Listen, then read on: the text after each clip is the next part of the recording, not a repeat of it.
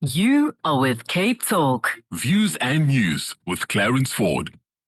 Dr. Chris Smith, the naked scientist, joining us via Zoom. Great to have you back, Chris.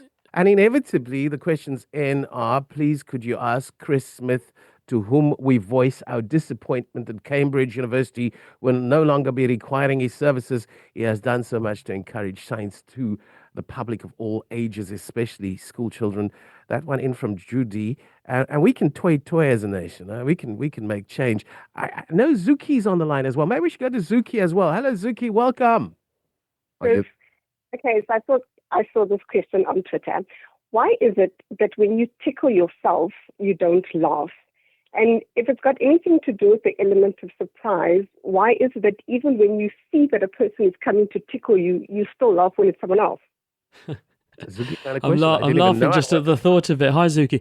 And just to answer Judy's question, before we forget about it, yes, if people would like to support my remonstrations against the University of Cambridge deciding that they're going to try and dispense with my services because they've forgotten that we do all this amazing work all over the world to push the interests of the university and science and so on, nakedscientist.com/SOS. nakedscientist.com/SOS gives more detail about the cost-cutting background to why they're doing this or proposing to do this, and the list of people to whom you can make your feelings known via email.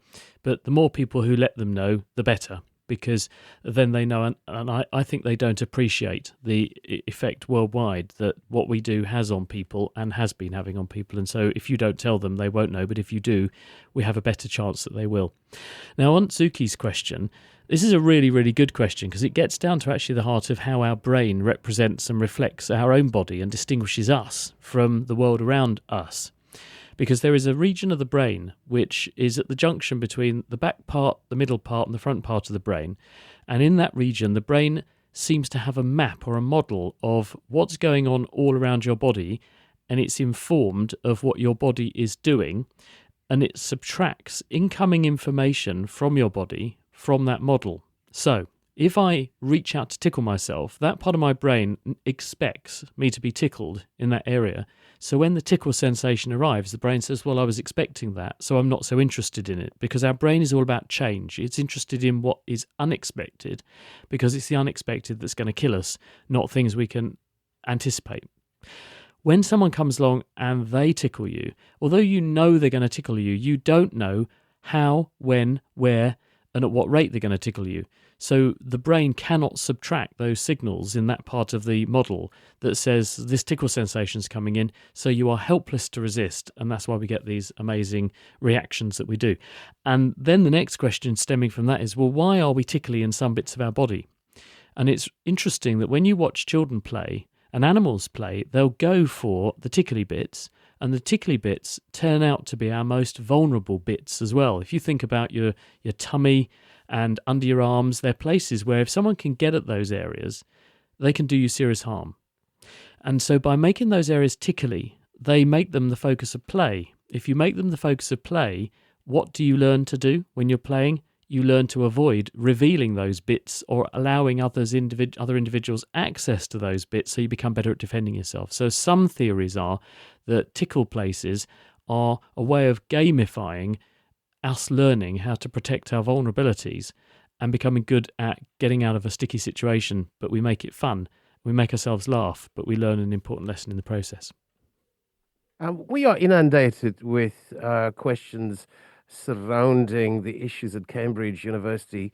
Yvonne writes, please comment to Chris Smith, the naked scientist, regarding his retrenchment, that he should perhaps look to moving to Oxford. I don't know if you want to answer that question from Yvonne. Well, Yvonne, I mean, I've been trying to say that the University of Cambridge should get a Professor of Public Understanding of Science, because Oxford University has one. It used to have Richard Dawkins in that role, and then they appointed Marcus du Sautoy, who's a mathematician. I know Marcus, he's written lots of books and made television programmes. He's very good at what he does. So Oxford has someone who does ostensibly what I do.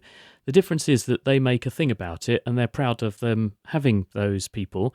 Cambridge, I'm not even mentioned on Cambridge University's website for some reason. I'm not even mentioned on my own department's website. So why the university, despite having someone of my prominence, has decided that I don't warrant any kind of mention is rather a mystery.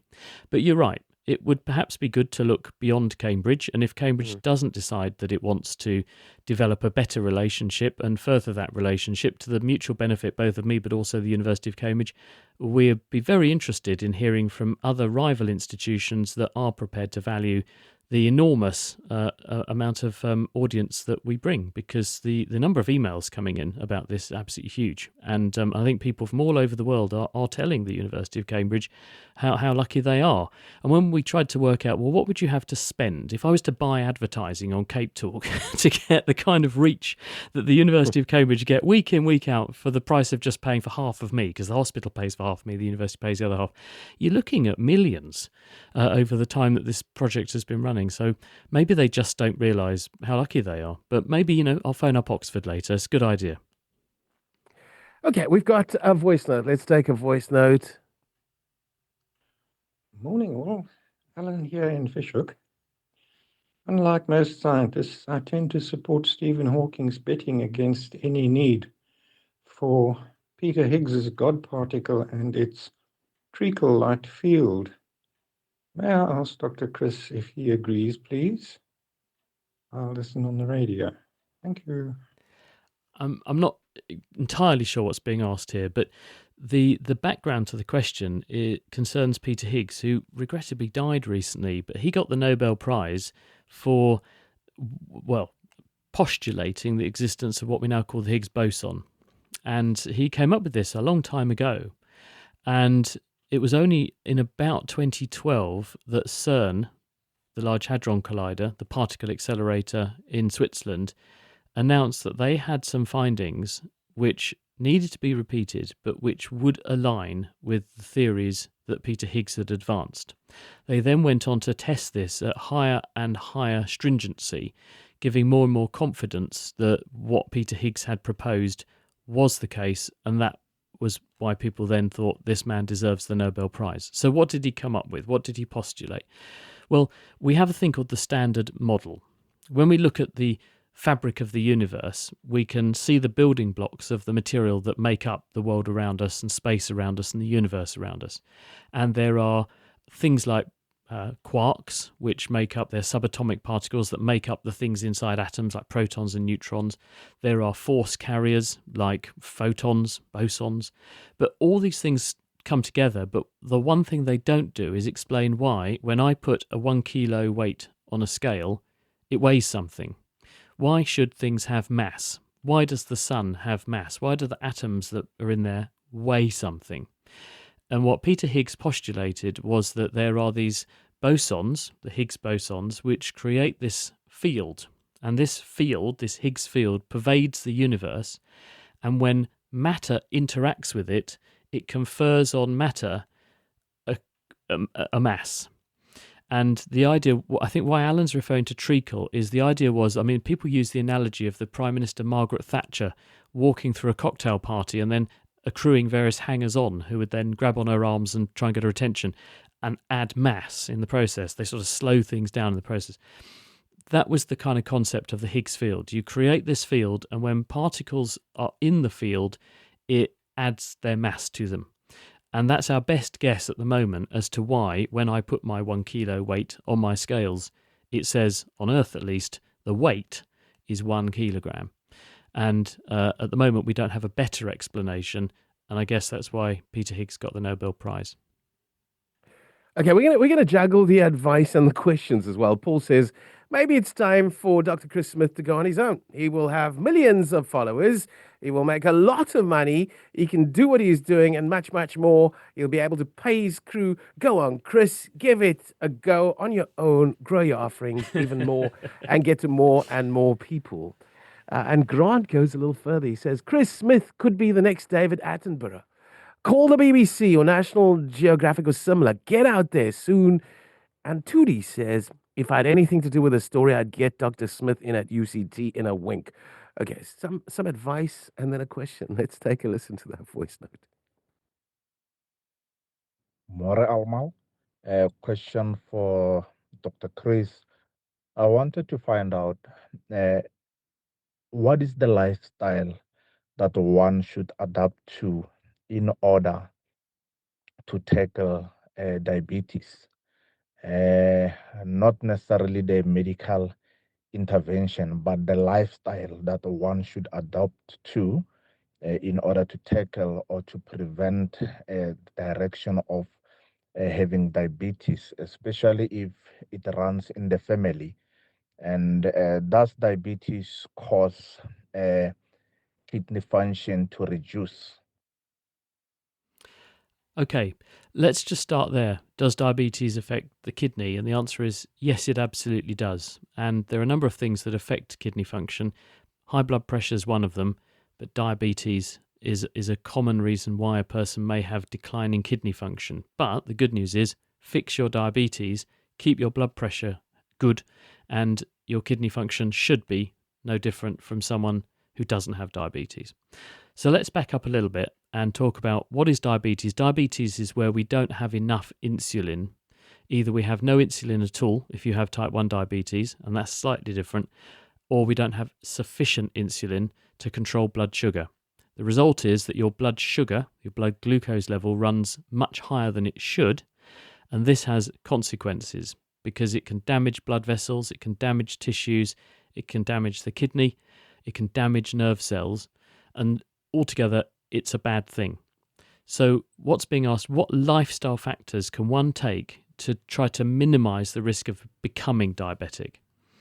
Well, as is alluded to in the question, a major risk factor actually for this type of diabetes is family history. If you have people in your family who have diabetes, type 2 diabetes, so maturity onset diabetes or obesity associated diabetes, this is a warning sign that the same could happen to you. So listen to your family history really carefully and then consider what you can do to minimize the risk. Now, many people who develop type 2 diabetes are carrying too much weight. And we don't know exactly what the mechanism is, but what we do know is as we gain weight, we make our body become resistant to our insulin. In other words, it's a bit like becoming deaf to sound. You have to shout louder and louder and louder to make yourself understood. So the blood sugar is normally the shout that then tells the body make some insulin, and then the insulin yells at our tissues, take up the sugar. For some reason, as we gain weight, the amount of insulin that you need to yell loud enough at our tissues to take up the sugar goes up and up and up. So a person with diabetes type 2 actually paradoxically has higher insulin levels than someone who doesn't have diabetes. It's just their body can't hear the signal. So one of the first things people are advised to do if they're at risk of diabetes is to lose weight. And don't go on a crash diet, go on a sensible diet that goes for a steady, maintained rate of weight loss that gets you down to a healthy weight and a weight that you can easily maintain by good activity, physical activity, and eating healthily. And if you can maintain a low body weight that's the normal weight for your size, you are minimizing your risk of that diabetes progressing. And the other point to make is if you know you're at risk, keep a tab on your blood sugar, get your doctor to dip your urine or do a blood test and see what it is. Because before people become frankly diabetic, they often have a condition called pre-diabetes. And this is where their blood sugars can run higher than they should, but they're not frankly diabetic yet. People in that window have the most to gain by adopting these lifestyle measures that can sometimes reverse their diabetes completely or their incipient diabetes and get them back to a healthy blood sugar. So the lifestyle factors are healthy body weight, healthy diet, activity, because that helps to burn calories, maintain lean tissue, and activity is really, really good for us anyway. Do not smoke and drink sensibly. Don't knock alcohol on the head because it can be important for people enjoying life, but drink sensibly. There's a lot of calories in alcohol and it also puts your blood pressure up, which is not good either. Welcome back, The Naked Scientist. It is 9 minutes to 10 o'clock. Ivan's question, why are yawns? Why can you pass it on to others? We don't know 100%, but we have some theories. It's always about hypotheses, isn't it? And one of the things is certain. If one person starts to yawn, even if it's an animal yawning, actually, you can catch yawns of other individuals. My dog yawns, it makes me yawn. My wife yawns, it makes me yawn. So The basis of this argument is that people tend to yawn naturally when they're feeling tired, and tiredness is also associated with a high brain temperature. As we get fatigued, your brain temperature increases. So the rationale for yawning is A, you push more air into your body, and B, you also pull cold air in over blood vessels in the head, which cools down your brain a bit, and that increases alertness. So why should it be contagious? Well, if you think back to our evolutionary origins, we would have been out there, out and about, bits of Africa probably, where there are horrible things trying to make us into their lunch and dinner.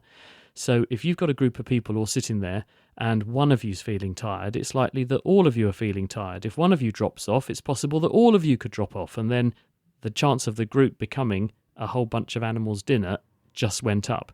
So you want at least someone to stay awake. So if you make everyone catch yawns, everyone increases their alertness and arousal. So the chances of one person staying awake have just gone up enormously. Therefore, the chances of you getting eaten went down. And that's the idea. Yvonne writes, I would like to ask the naked scientist why nerve pain like sciatica is always worse at the end of the day. I think a lot of things get worse when we get tired. If you ask a neurologist, they'll tell you that when a person is stressed and when they're tired, most neurological conditions are more exaggerated. And I think there's a range of reasons for that. But as we get tired, the population of nerve cells which are actively engaged in contributing to processing tasks tends to drop. It's almost like groups of nerve cells have little mini sleeps. Scientists have discovered in recent years that when you are really on it and awake and alert, big populations of nerve cells are all working together like an army marching together. But if that army's been marching all day, you get a few stragglers at the rear who periodically take a break and they'll just drop out of formation for a bit and they don't respond. So if one thinks about a stressed system where you've got something wrong with the system and you normally are using all of your resources to compensate and control it, as you get tired and some of those nerve cells drop out, they just do it temporarily. They don't drop out and stay dropped out. They just drop out for a while and they stop contributing to the processing or the regulation or the control or flow of information through the nervous system to compensate for a problem. You're more likely to disclose that problem. So your coping resources drop as you get tired. And if you think about it, when do we tend to be most short-tempered, most unlikely to be able to cope with someone throwing us a curveball? It's when we're tired and when we're hungry. So when you stress the system, you disclose these problems. And I think that's probably what's going on. Then I would support his own show or podcast big time. And that from Viv. But you have an online presence, thenakedscientist.com. So do you want to just talk to us about that ongoing online presence? That's not threatened, is it? No. We created The Naked Scientist with the idea of reaching out to people with science information. And so the vehicle is The Naked Scientist. The problem is it's expensive making high quality media. And in order to make programs at the standard that we do, you need people, because it's not a question of chuck it into ChatGPT and say, turn out a science article. Anyone could do that, and you end up with loads of science articles that are no good. In order to do what we do, the way we do it, you need people, and you need really good people, and they don't thrive on nothing. You have to pay people, they have to eat. So we need something which is business viable. It's got to be economically viable. And the way we've made this economically viable hitherto is that because I've had a position at the university and I've been able to do this under the guise of working at the University of Cambridge, the people who I employ to work on The Naked Scientists, I've been able to carry them by raising revenue and then using the revenue that arises from doing what we do to pay those staff. But if I don't have a job, then I would be going to work to earn money to pay myself and then give it to people to do the job, and I wouldn't be able to afford that. So that's where there's a gap opening up. I at the moment have paid for time to do this, and I am able to raise revenue that supports the staff. If I just go and do another job, I won't have the time to do this. Therefore, I won't be able to support the staff in the same way, potentially. So that's the quandary we're grappling with at the moment. Gotcha. Let's take this last voice note. Just wanted to put this in quickly. As soon as Dr. Chris started explaining about yawning being contagious, I started yawning myself. And I wonder, when I started yawning, listening to the radio, did anybody in the studio at the point where Dr. Chris was explaining yawn as well? Please confirm. There I are bet they did. confirmations It's a logged. bit like if we start talking about itch, I guarantee loads of people are then going to start going, oh yeah, now you come to mention it. And it's one of those things that we are really good at ignoring things because our brain tunes out. It's like we were saying at the beginning with not tickling ourselves. Your brain tunes out things that are constants and focuses on things that are changing so that we spot the threat. And itching is the same, and yawning. If you notice someone yawning, you notice the change and you want to yawn. Well, you also want to scratch. Now I've started talking about itchiness. I can tell you, Stan says, morning, Clarence. You mentioned yawning, and I started to yawn. So there we go. Just questions in. Please repeat the address to comment on Dr. Chris Smith's possible retrenchment. Is it chris@thenakedscientist.com? Well, that's my email address, but there is a webpage, nakedscientists.com/SOS. Save our souls. nakedscientist.com/SOS. All the background information is clearly presented there, as well as the people who you can try to influence to change their mind. For now, we appreciate this time and this learning that we get as a result of the time. Thank you, Dr. Chris Smith. Looking forward to more such reactions or interactions way into the future. You are with Cape Talk. Views and news with Clarence Ford.